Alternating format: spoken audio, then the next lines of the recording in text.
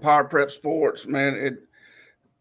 Basketball, man. Basketball is gearing up for area tournaments starting this week. And I've got the head girls basketball coach of Florala Wildcats, Coach David Bass. Coach Bass, I appreciate you taking the time and out of your busy day, getting ready for that area tournament.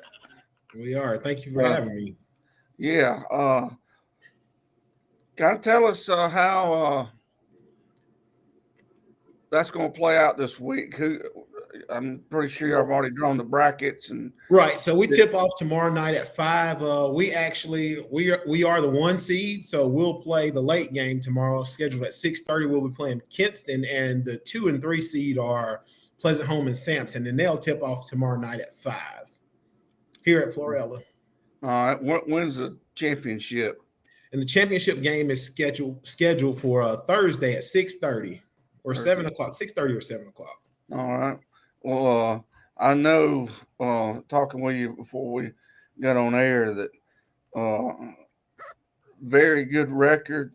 I told you if you could have quality losses, you definitely have got them. 21-6, is that correct? Yes, sir. Have 2 losses to 7A Enterprise. Right. Always a power in over in Geneva, and what was it?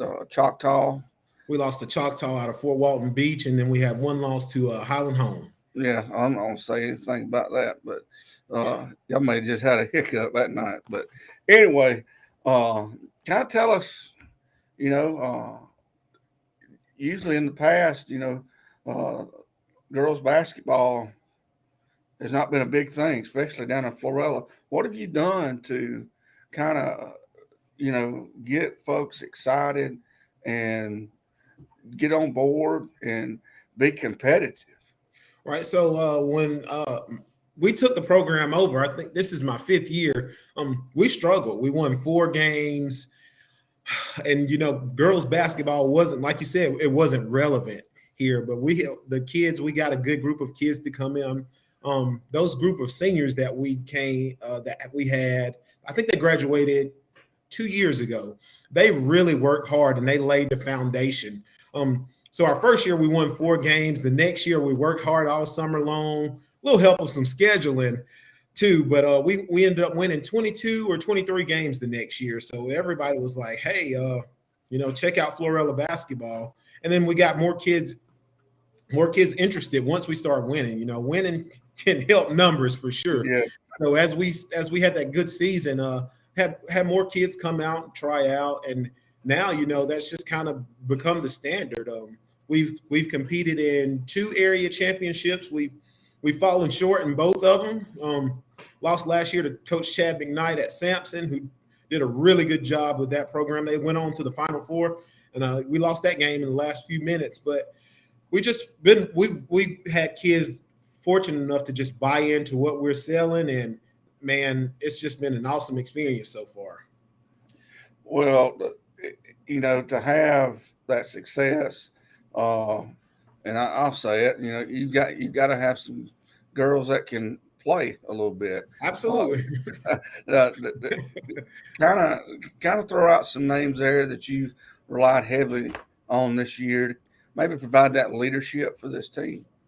Well, from the scoring aspect, I'm sure everybody knows Cheraye Coleman. Cheraye has done a phenomenal job for us for the last 3 or 4 years. She's been our leading scorer for the last 4 years. She's actually had a heck of a season this year. I think she's right at 600 points for this year.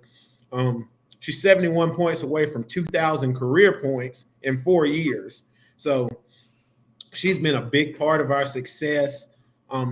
Some other names, Cheyenne Regan, she's our 2 seniors, Cheraye and Shy are our 2 seniors. And Shy's done an awesome job for us. She does a really good job of rebounding and scoring as well. But we still got some young girls that can really play too. We have a sophomore, Kendra Anthony. Kendra's our 2nd leading scorer this year, and she's averaging about 17 a game. So we've got some girls that can, when things get going, they can shoot it pretty well. Yeah, it sounds like when they get hot, they get hot. Yes, sir. Miss Coleman, she's probably been playing says she's in the 7th grade. Is she a Right. senior? Is she a senior? She's a this year? senior this year. Yes, sir. Okay. Now, is she anybody giving her a look as far as maybe continue her career afterwards? Yes, sir.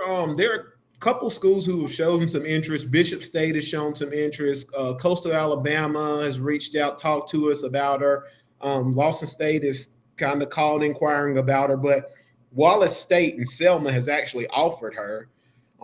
And Cheyenne has been offered by Enterprise State. So they are, if they're really smart kids, but they have the chance to prolong their basketball career outside after high school. That's awesome. That's awesome. Well, I know that we talked a little bit about too. Now, do you do it all by yourself, or do you have any assistants to help you? I have two great assistants, Dustin Henson and Kayla Powell. Dustin, they're both. I mean, I couldn't ask for better help. They make sure I'm kind of scatterbrained on game day and all over the place, but they make sure all the ducks are in a row. Caleb does a good job of coaching our kids up. He runs our middle school program as well, and he does a good job of, he's been doing a lot of the recruiting side of it too, just reaching out to college coaches, making sure our kids' stats get put out on Max Preps and tweeting out the wins and stats for kids so that college coaches have access to that. So Caleb does a whole lot behind the scenes, and Dustin does a fantastic job as well. Well, we talked about scheduling also.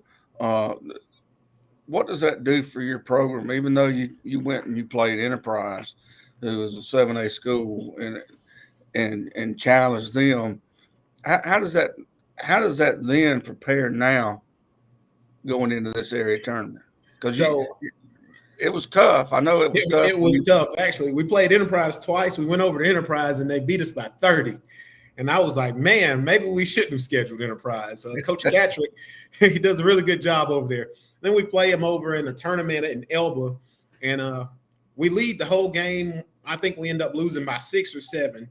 So I think, that really gave our kids that confidence boost they needed. If we can play with 7A schools and keep it remotely close, then, we should make a deep run here in 1A.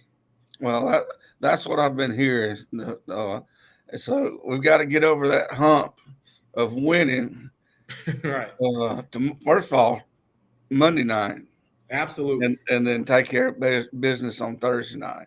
That's it. Well, I know folks are excited down in Florala, especially for this girls program. Absolutely, they are. I know you got a great administrator down there, Mr. Whitaker, who's supportive of all athletics and academics. And Yes. I tell you, it was good to talk to you. It's the first time you and I have actually had a chance to talk. And yes, sir. And so I hope I get to talk to you again. And I wish you the best this week. I want you to get past this area and go as far as you can take these girls. I appreciate it. Thank you for having me. And I look forward to hearing from you again. Yeah. And hey, when you get out of the court, then we'll be back. You'll be back on the softball field, and that's right. You're gonna be wishing you was back on the basketball court because them softball games. Even when basketball's over, it's still gonna be cold. It is. It is gonna be cold. It's cold in April. But anyway, hey, good luck, Coach.